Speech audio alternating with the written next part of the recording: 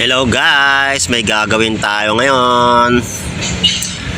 Gagawa tayo ng displant para sa office guys. Nagpapagawa yung mga boss natin.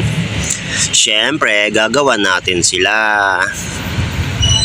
Gusto nila nyog, bonsai daw. Kaya ito, gagawa tayo guys. Guys, nakita ba yung una kong post na picture? Aayusin natin yon, gagawan natin ng design. Ito guys, kutkutin natin yung mga guys, tuturuan ko kayo. Kutkutin natin yan guys, malinis dapat yung ugat. Ninisan natin, tanggalin natin mga lupa, palabasin natin yung ugat. Ayan, tanggalin natin yung mga malilit na ugat na yan mamaya. Kailangan malinisan guys Pininisan ko na para mabilis tayo matapos. Ayan, tanggalin natin yung mga ugat-ugat.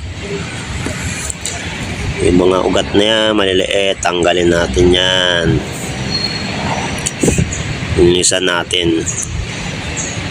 Tapos gagawa natin ng design. Seryoso yan. Hehe. Ayan guys, so nakikita nyo guys, kita na yung ugat, no? Medyo malinis na siya. Ngayon gagawa natin siya ng mga design. Nilagyan ko ng kahoy dyan guys para design naman siya kahit pa paano. Tapos lagyan natin ng bato. Laking bato yan guys sa ilalim, lagyan nyo na rin ng bato. Baka na kayo gumawa ng design. Ayan, binaon ko yan guys para siksik, hindi siya magalaw. Yan guys, kortehan nyo yung lupa guys kayo nang bahala magkorte. Kanya-kanya tayong design. Sa akin ito ang gagawin kong design syempre.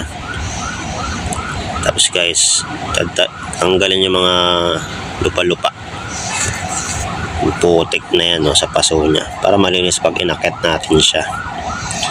Yan guys, kumuha ko ng moss, lumot, ilalagay natin pang design.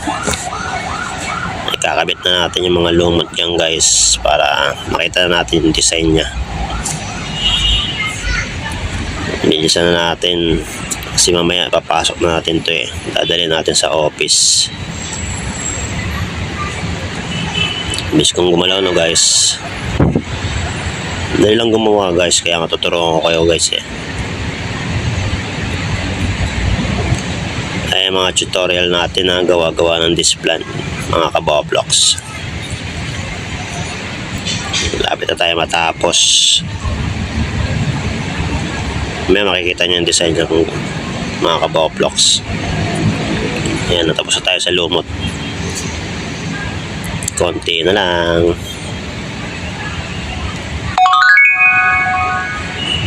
Konti na lang yan guys, matapos na tayo. Mga sinisiksik ko na lang para makita na yung design nya.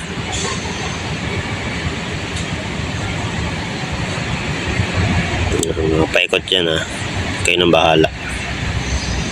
Ayan guys, hugasan natin yung bato, lagay natin siya, tapos lalabas na dyan yung design nya pag matapos na to. Yung bato kasi nagpapa-design dyan syempre para makulay. Tapos na tayo guys, konti na lang. Bato na naman na ilalagay natin laki din yan guys kita nyo ugat nyan.